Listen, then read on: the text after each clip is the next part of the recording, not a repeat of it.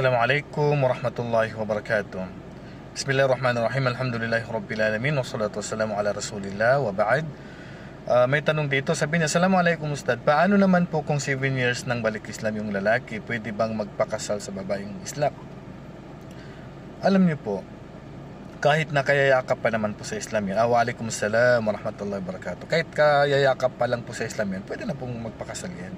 Pero siyempre, ang pinakamainam po na piliin po ng babae ay yung pong matagal na pong nag-Muslim at matagal na po niyang pinapractice po yung Islam. Yun po yung pinakamainam.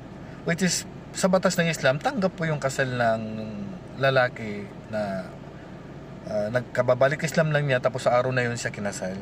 Tanggap po yun. Yan po yung batas ng Islam. Pero, hindi po siya nire-recommenda ng Islam. Hindi po siya yung pinapayo ng Islam sa ganung paraan po. Kasi siyempre, wala pa masyadong alam yun. Hindi pa niya napapractice yung Islam. Tuturuan pa, nag-aaral pa yun. Kaya yung mga kapatirang mga nagbabalik Islam na kalakihan, na nawa, ang pagmumuslim ninyo ay para sa Allah, para sa inyong kaligtasan at hindi po para sa babae. Kasi ang mundo na to, pansamantala lang, temporary lang po. Pag nakapag-asawa ka na, kahit makuha mo na yung gusto mo dito sa mundo, pero habang buhay, sa kabilang buhay, kapag hindi totoo ang pagmumuslim niyo po. So piliin po ng mabuti ang pagiging asawa po. Wallahu a'lam. Assalamualaikum warahmatullahi wabarakatuh.